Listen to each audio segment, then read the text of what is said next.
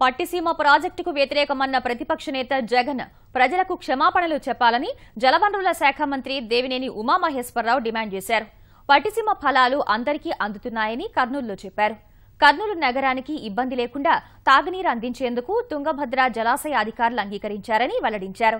జలాశయాల్లో నీరు పుష్కలంగా ఉన్నా వరద వచ్చినప్పుడే నీటిని వదులుతున్న ఎగువ రాష్ట్రాల వైఖరిని కేంద్రం దృష్టికి తీసుకెళ్తామని ఉమా తెలిపారు. ప్రకాశం బ్యారేజీలో కృష్ణా జలాలు చూశారు, గోదావరి జలాలు చూశారు. మొత్తం గోదావరి జలాలే అక్కడ నిండున్నాయి.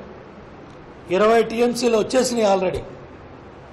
ప్రతిరోజు 8,500 క్యూసిక్లు వెళ్తున్నాయి.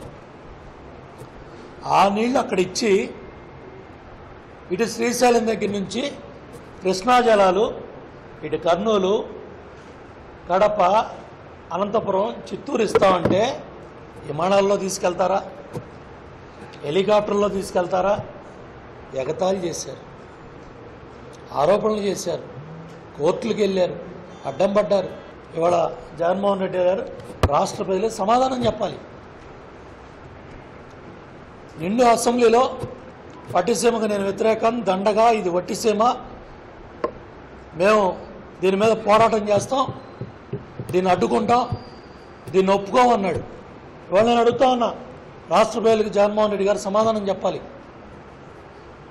క్షమాపణ చెప్పాలి, సమాధానం చెప్పాలి.